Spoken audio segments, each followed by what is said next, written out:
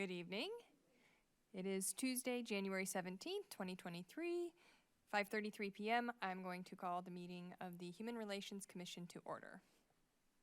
May we have a roll call, please?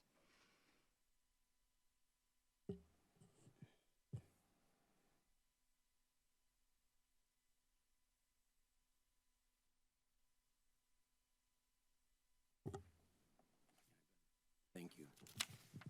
Stacy Burnett. Julie Robinson Schaefer. Here. Asako Kanazi Leggett. Here. Peter Resnick. Here. Greg Schroeder. Here.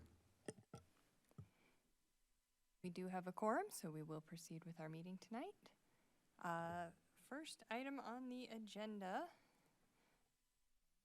Put up. It's it. Thank you. Do we have a motion to approve the agenda? I have a suggestion. On part 5, there is a, We need to move Oh. first. Do we have a motion to approve? Move to approve. Second? Second. Okay. Motion by Greg Schroeder, second by Pete Resnick. Any discussion?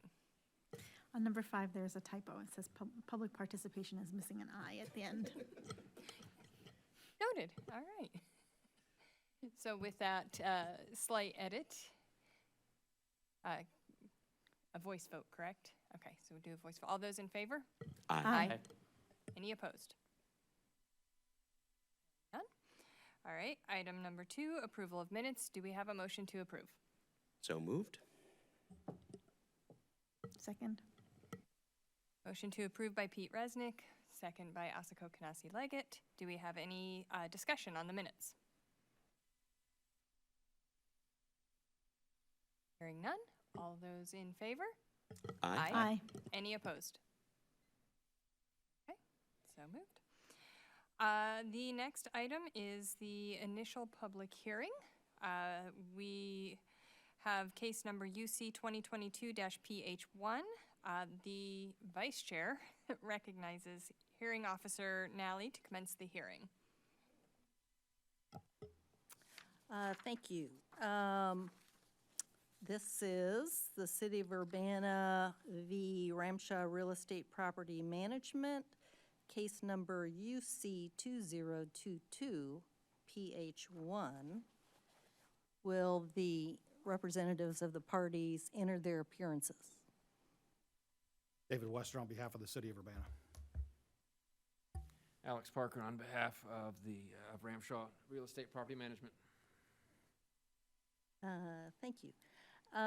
We are, prior to tonight's hearing, I asked the attorneys for the parties to prepare me a pretrial memo saying, giving me their best estimates of things like how many witnesses they might have, what kind of timing they would like to see for the hearing, whether they need discovery before we go to hearing, and so they sent me each a memo. And that is on the record, but after I looked those over, I prepared a draft of a pretrial order that I've passed out to everybody to kind of get us focused in our discussion, and also so that the commission can see what it is and approve it, you know, basically.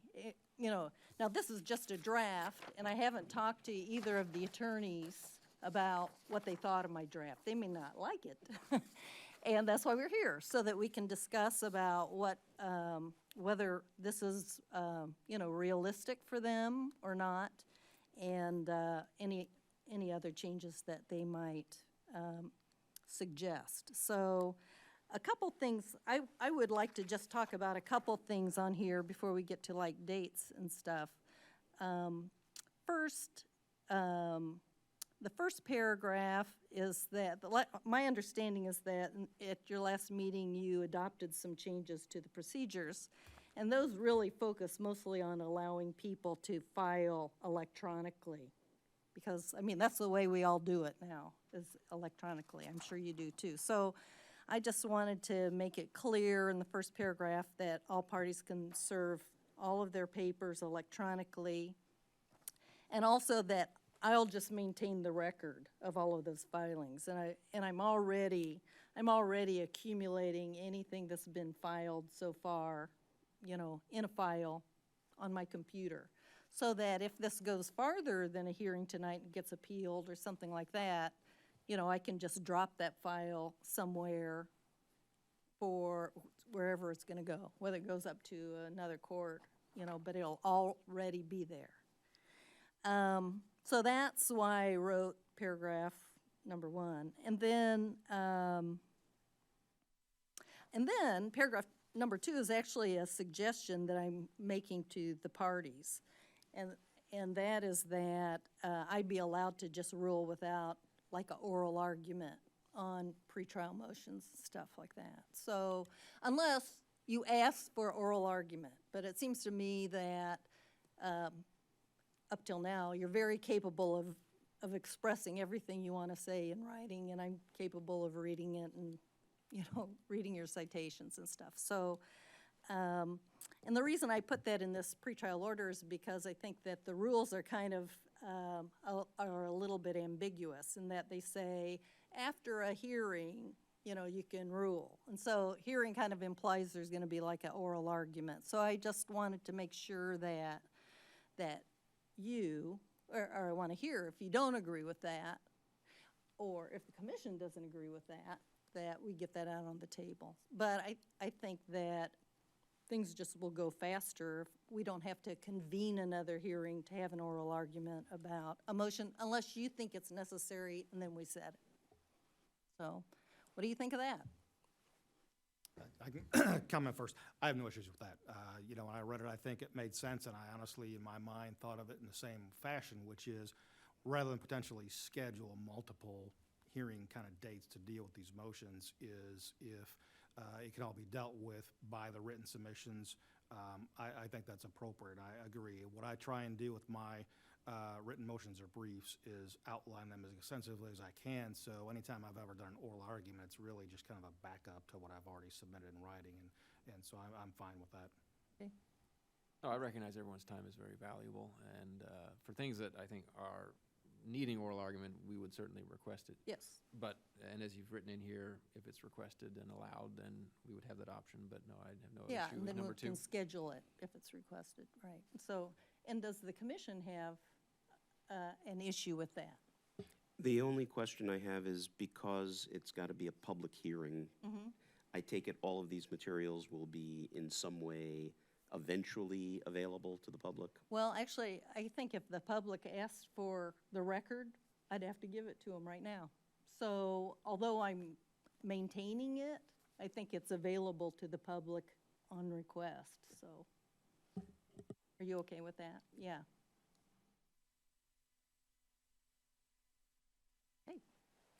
Okay. Now, I guess the other thing, I didn't ask you guys if you had any problems with paragraph 1, 2. I don't. No? Okay. Okay, in paragraphs 3, 4, 5, 6, and 7, I start talking about dates. And I thought, and I actually, when I read the rules, and every time I read the rules, I see something different, right? Isn't that the way the law is? Every time you read it, you got to read it again and again. But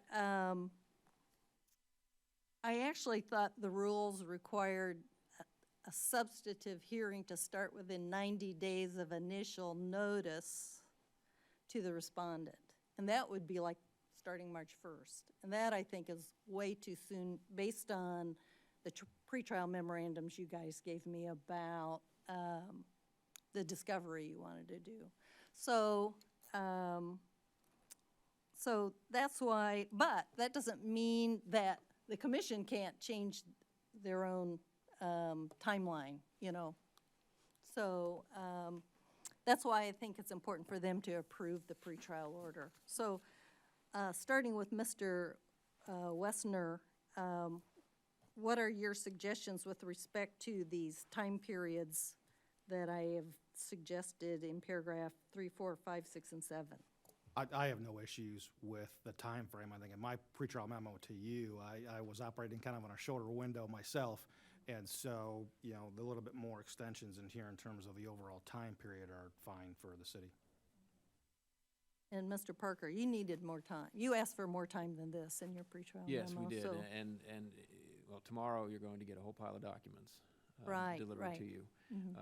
And in there, you're probably going to understand why we've asked for a lot more time, because there seems to be some people who might have information whose depositions we might like to take, so that we aren't coming here and being subject to surprise once we actually have the actual hearing date. I'm sure the commission would appreciate not being subject to surprise as well.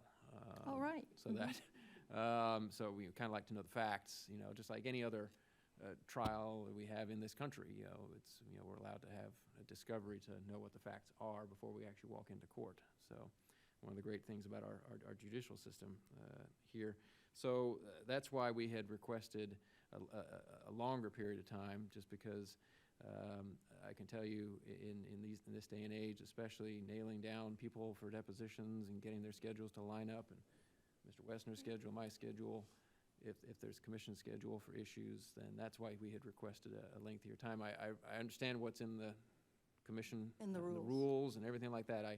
I get that, but I also understand that I think we want to do what's fair for everybody. So that's why we had asked for a lengthier time there. And one thing in particular I'm noting here is certainly I do think we could get out interrogatories and requests to produce by the end of the month.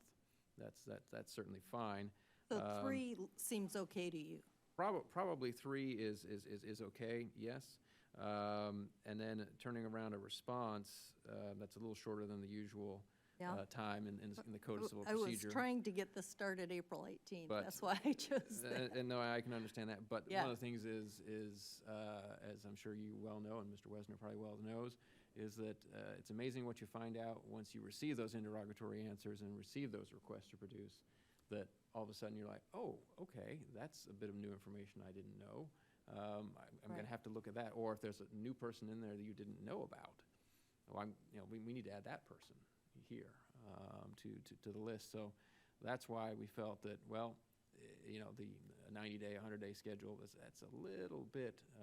So for just responding to the interrogatories and requests to produce and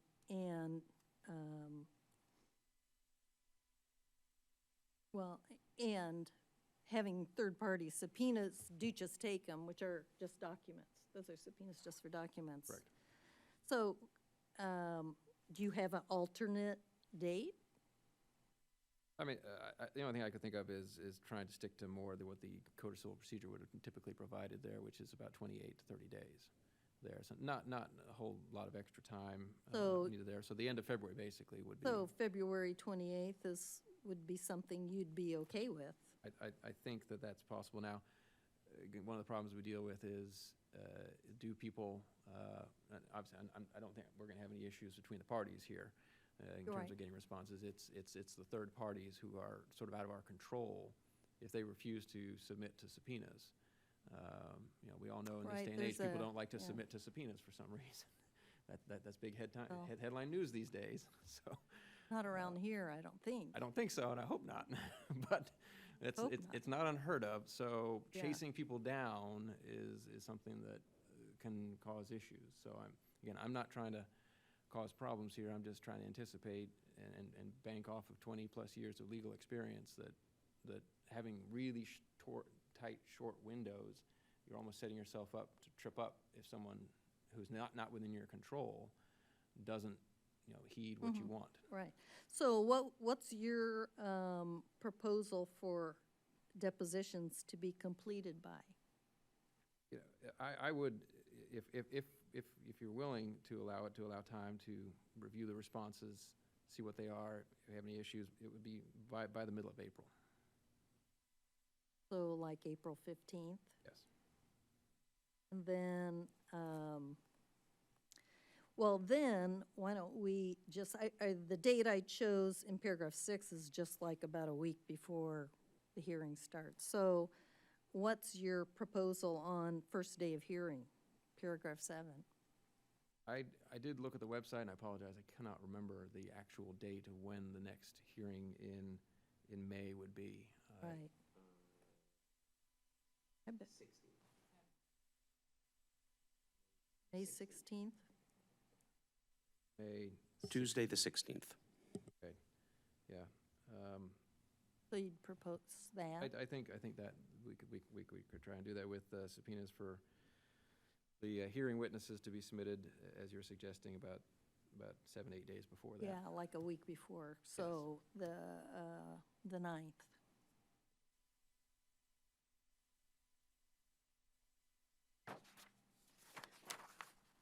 Okay, and,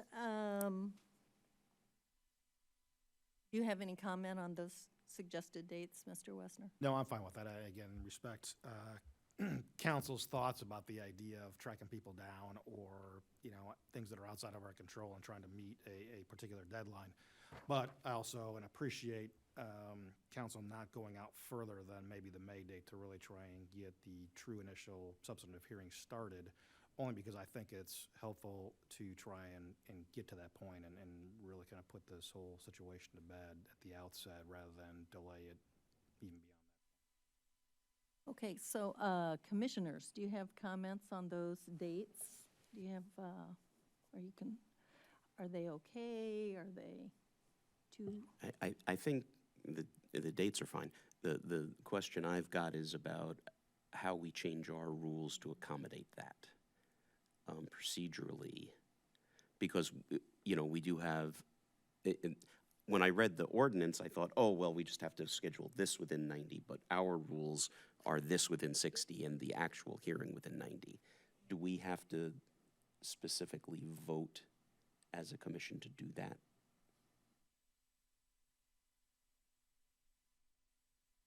I think it would be probably beneficial for you guys to do that based upon what we've already heard from both attorneys, is that if you make a motion and a vote for it, then we should be able to move it due to the circumstances. Right. Well, I'm wondering if a vote to adopt this order, that might do it. What do you think? For this hearing only? That would be adopting the order with the amended dates. Yes, with the amended dates. So it would be, right. So it would be, the changes would be, the date in paragraph 4 would be February 28th. And 5 would be April 15th, 6 would be May 9th, and 7 would be May 16th. The only other paragraph in this order, just to wrap up the order, is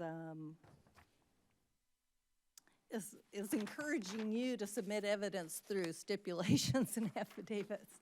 And actually, well, because I mean, the rules allow it.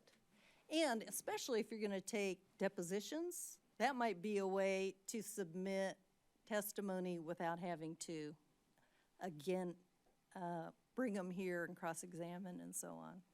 Think about that, you know. So, so I think that they're probably, especially if you're going to do this extensive discovery, there might be some very easy ways to make the hearing much shorter.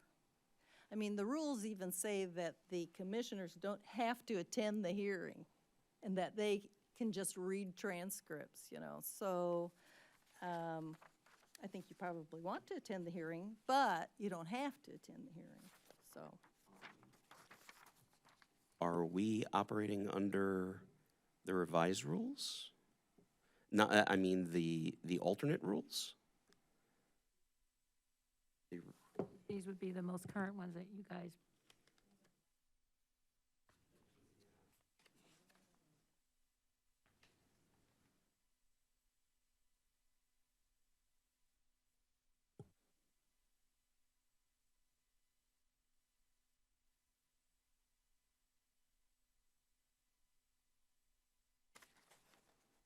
Unless you pulled that out.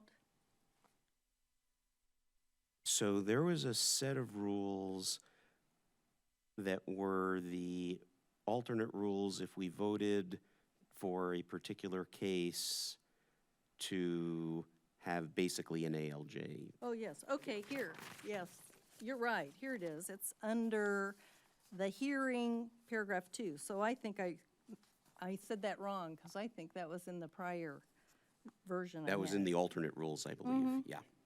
Yeah. Need a quorum. Yep. So you need a quorum. So, do you guys have a copy of these rules? And also, you changed the rules last time, so we need a new copy of these rules sent out to everybody, I think. I thought I had sent that out to everyone. Um, I can redo it, no problem.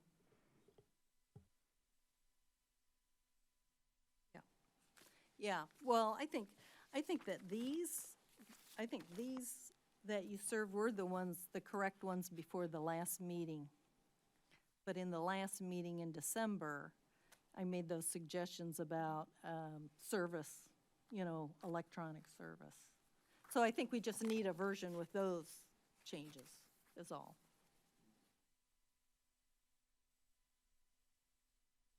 Okay, that's great. Okay, so, anyway.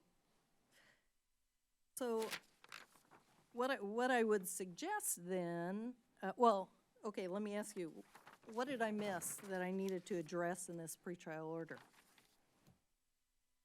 Let me know if anything. Nothing? I think so. Okay.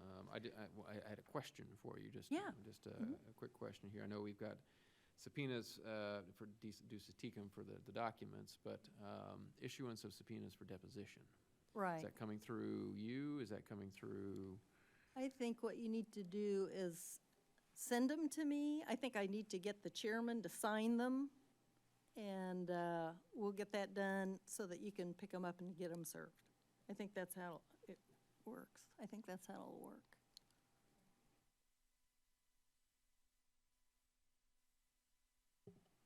And we currently don't have a proposed length of hearing? Well, actually, both parties thought it might be a day. So that's Oh. a good question. So a day meaning like an 8-hour day? I assume we're going to eat at some point. Yes, right. Right. But I mean, you're saying I- like 8 hours. Yeah, my initial thought in terms of my pretrial memo, just thinking about the likely number of witnesses, and that, I guess, thought process was driven by having those people present. Now, again, if we are accommodating to the point of maybe submission of depositions or other types of documents in terms, in lieu of in-person testimony, may short-circuit do that it. a little bit. But even with presence, I felt probably an 8-hour day kind of thought. And yeah, so we landed on the same time frame, and I would agree. Yes, affidavits or things like that could shorten it, but also the discovery process could lend itself to finding more witnesses or things. Yeah, So that's why I right. think both said Well, we want to estimate maybe a day, and yeah. not that I'm trying to keep everyone sitting here for a No, full but day. I foresee that as your discovery develops, we might need to meet again, at a similar kind of hearing like this to discuss more critically whether May 16th is going to work, first of all, and whether we need to schedule more than May 16th. Maybe we'd need to schedule May 16th and 17th, in order to get it done. So,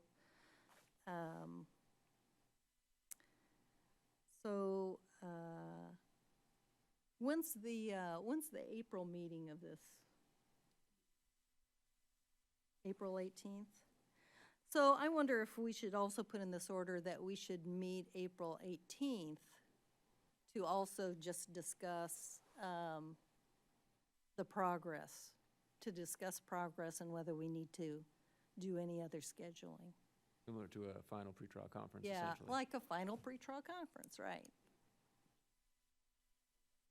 April 18th, okay. Okay, so I'll put that in the order that will be the final pretrial conference. Sounds so inevitable. Pre-hearing conference. Okay.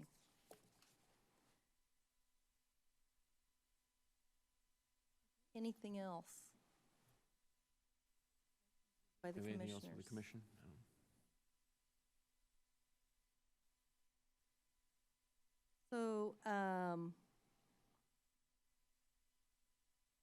So what I would suggest as a motion for the commission would be a pretrial order,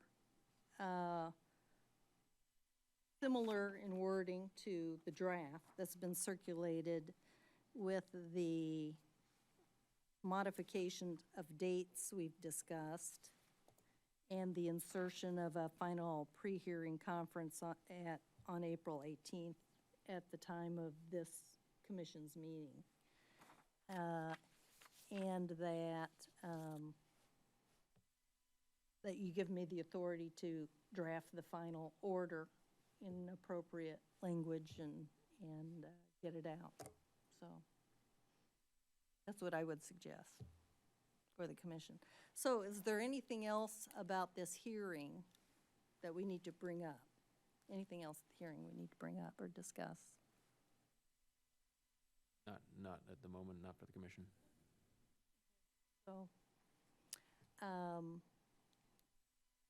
So, I think that I need to turn it back over to you.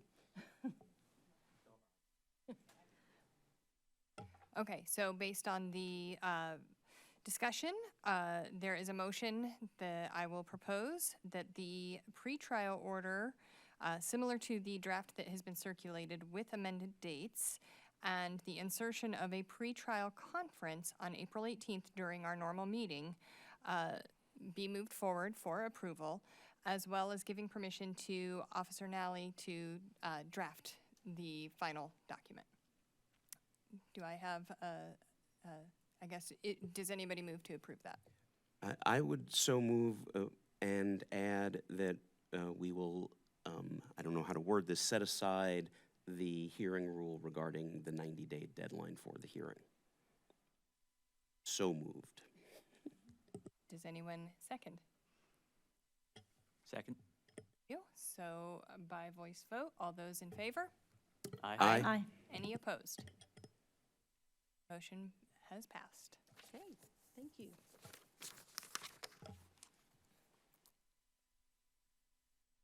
Right, so we are now back to our And our agenda. hearing's adjourned. Item number 5, public participation. Oh, hearing none, seeing none.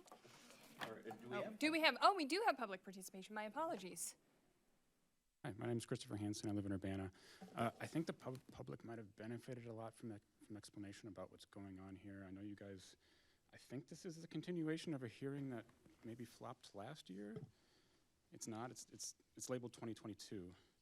So this isn't the one that there were determinations of no probable cause? Okay. No. Again, I think we would have benefited from some explanation because it's labeled 2022-1 or something like that, and you guys had a 2022-01, which was denied last year by Carla Boyd for no probable cause. So it's a little unclear what is happening. So maybe some explanation would have benefited everyone. I'm also wondering, does this board have some, how are you deciding how to handle the cases that come your way? Because you have, I don't know, probably 10 that have been ignored so far in the last couple years. No responses to the complainants. So it's just kind of curious which ones you take seriously and which ones you don't. I've never seen it looks like you have a court, I don't know what the person is that takes notes, types everything, court reporter type person here. I've never seen that before. That's interesting. Is that because both sides have kind of lawyered up in this case and it's being taken more seriously than your previous hearings? Because I've attended some of those hearings. But I'm also wondering how you guys chose Tracy Nally to be the hearing officer. So she was named, I know some of you guys are new, but she was named in a number of discrimination complaints where it's pretty damn clear that they were discriminated against people on the basis of their criminal history and arrest record. Those have largely gone ignored by this board, completely ignored by Carla Boyd, and they're just hanging in the ether. And no one's willing to comply with the ordinance and actually follow through on those discrimination complaints. So what's the game? Is this like a song and dance kind of thing? Do we actually care about responding to those complainants and those discrimination complaints? Is this just being taken really seriously because I'm sure that's, I don't know, some large corporation is involved. None of it just really makes any sense to me. I can't sort it out. So anyways, I might have misheard again, but it sounded like you were extending times for having hearings. I'm curious if you guys think that you have the ability to vote on that. If it's written into ordinance, you guys are not the city council. You can't, change your own ordinance at will. So again, I need to maybe go back and study exactly what you were changing, but if you were kind of extending things in a way that the ordinance doesn't allow for you to do, you are not city council members. You're not elected officials. You can't change city codes. So I urge you to watch out for that if that was what was happening there. Thank you.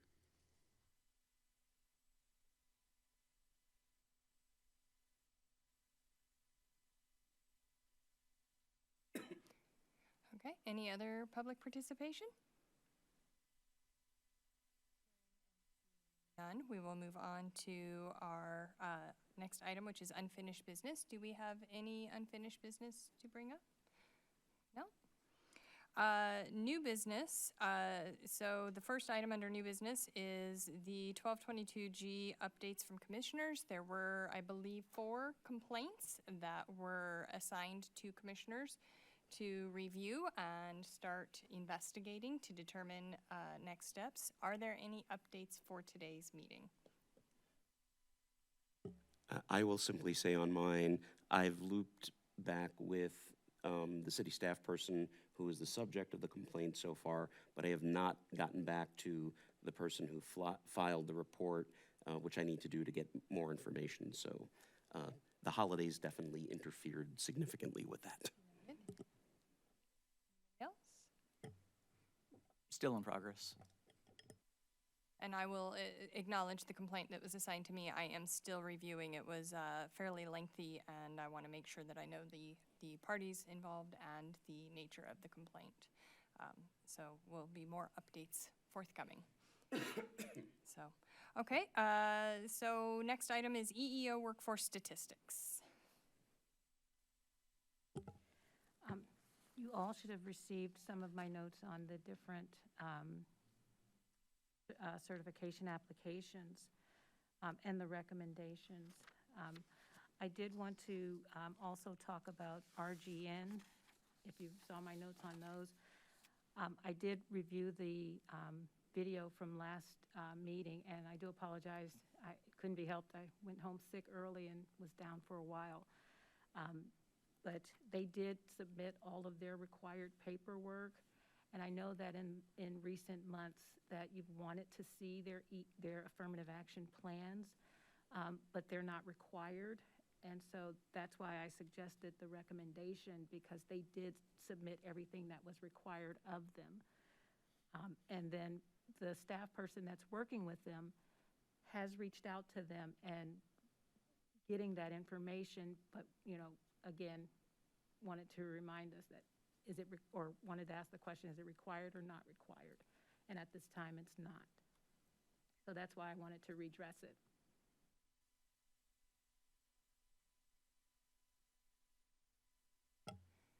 So for the workforce statistics, do we have any motions? One question before we go to motions. On Mid-State Fire and Ring Central, they were both under 2-year approvals that have not expired. Is there a reason they're before us tonight?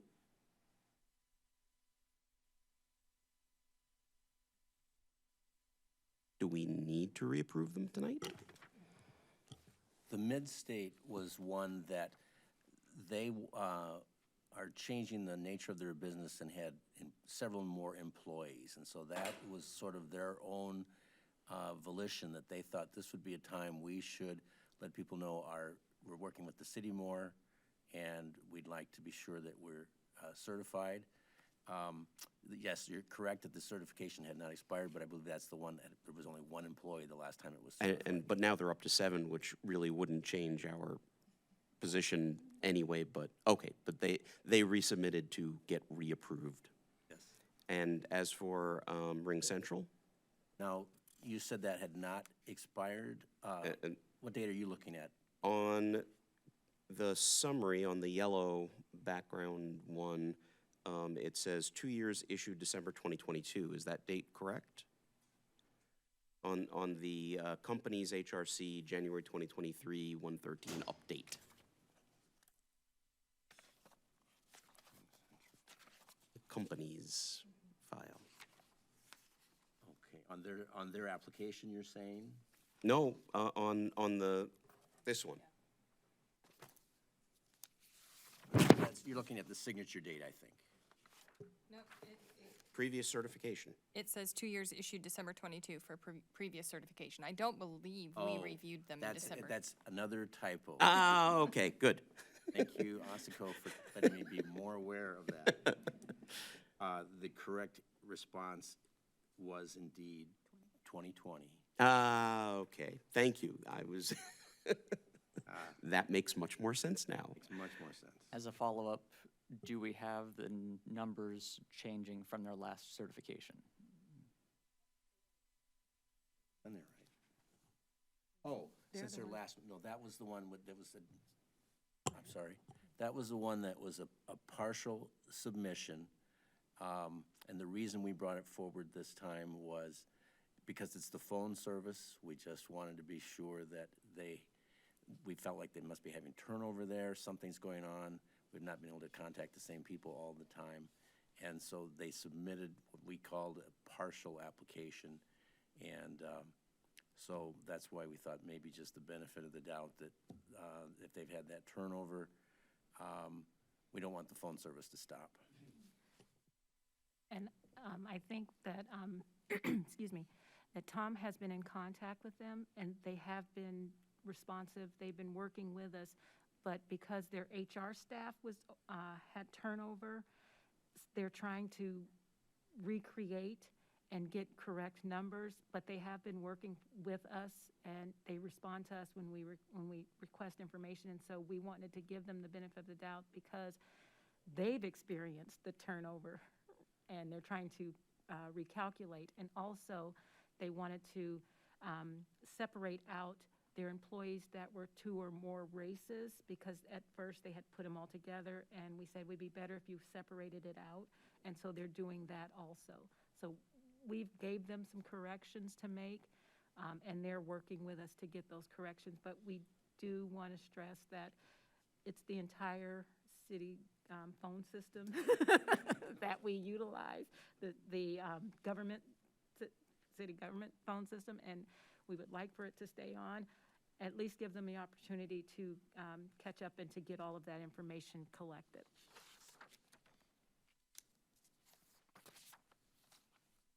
So, given that, and I don't really care if it's 6 months or 1 year, especially because their numbers before were not terrible, and but we probably should ask them to have a completed application before we give a long-term approval. I'll make a motion to approve.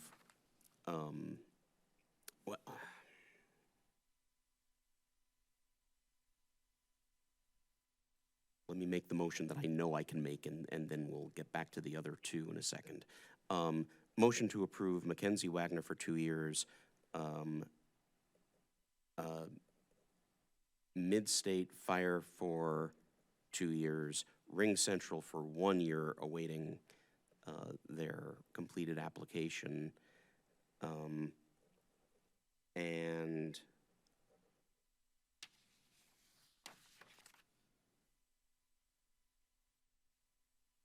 the other three I want to discuss for a moment. Sorry. But those three I know I do want to approve. Would anybody like to second those three, the motion on those three? Second. Okay, so I believe that was a motion to approve Mackenzie Wagner for 2 years, Mid-State Fire Repair for 2 years, Ring Central 1 year with completed application. All those in favor? Aye. Aye. Any opposed?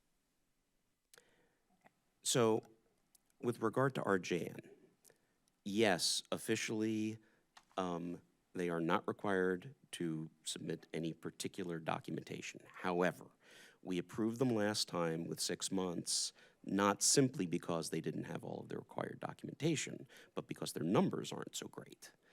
And they do need to make some sort of showing of good faith that they are trying to improve the situation. I'm, perfectly willing to hear an argument that we should approve them for a little longer to get that together, and, go forward with that, but I do want to see some progress. The last time we approved Koenig for 6 months, and I'm wondering on what basis we approved them for 6 months and whether we got anything in addition from them that would indicate that we should approve them for longer. And similarly with Supreme Radio, we approved them for 1 year, again, presumably so that they could show some forward progress or at least good faith efforts. And I didn't see anything in that application either that something magical had changed. It seemed to be the same submission as before. And I can take that one. Yeah. That's on us with follow-up, and we realized that this afternoon, and we say we need to put something in place so that we will know to do that follow-up, because they get the initial letter, and then a year later, we didn't get to check out that, we didn't get to that information. So we went back and we noticed it, and we was like, oh, we should have asked for this, and or reminded them that they needed to submit it. So we've changed our practices in our office to ensure that when they get that information about their expiration date and they need to recertify, that they get that information, also the good faith effort if they're required to submit it. So would 6 months for each of those three give you enough time to get follow-up so that they could get back to us by mid-year? Okay, then I'll make a motion to approve RJN Group for 6 months, Koenig Body and Equipment for 6 months, and Supreme Radio Communications for 6 months. Do we have a second? Second. Any further discussion? All those in favor? Aye. Aye. Aye. Any opposed? Great, so. Tom, did you get those? Okay, since I didn't restate them, my apologies. Okay, officers report.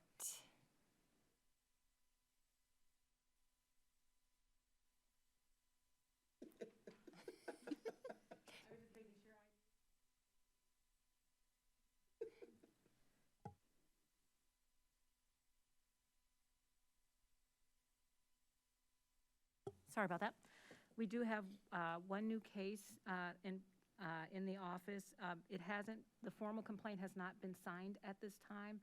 I was getting the actual complaint together, and then I will contact the complainant, and then they will come in, and then they will sign the formal complaint, and then that will start the process of the investigation. As a member of the Martin Luther King Advocacy for Justice Committee, I participated in the MLK celebration on Sunday. They had one of Dr. Martin Luther King's cousins as a keynote speaker, and again, it was roaring music. It was well attended, and I just thought it was presented pretty, very nicely. I had the opportunity to be able to present one of the awards, one of the humanitarian awards, which I always enjoy being able to do that and celebrating people. And then on Monday, they had the Unity Breakfast, and I announced the scholarship recipients and had their parents come up, and their parents received flowers. It was just a very nice event. And the Vineyard Church, they catered the affair, so it was just really nice. It was seamless, and it was, with brevity. It didn't seem like it was, taking too long or too short. It was a very nice presentation. And it's been pretty quiet with the holidays, not a whole lot of activity in the office, and I'm trying to stay healthy. Thank you. All right. Do we have any announcements before I move on? Our next scheduled meeting is Tuesday, February 21st, 2023 at 5:30. Any other announcements? Just in terms of the hearing dates coming up, and it's a shame Mr. Hansen's left already, but I'm sure he'll listen to it later. The requirement in the ordinance is simply that we have a hearing by the 90 days, which we are currently had this evening. Our rules stipulated things about the continuation hearing, which is what we changed, which we're perfectly capable of changing. So our public hearing continues, but we have had our initial public hearing within the appropriate 90 days. Thank you for that clarification.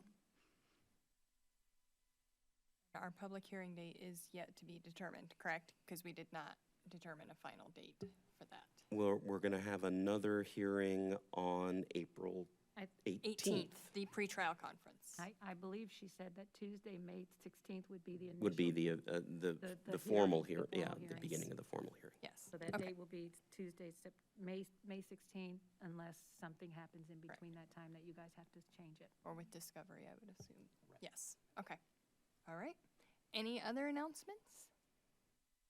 I will follow up that I did hear from Stacy, so she is okay. She just was not able to, yes, detained, so.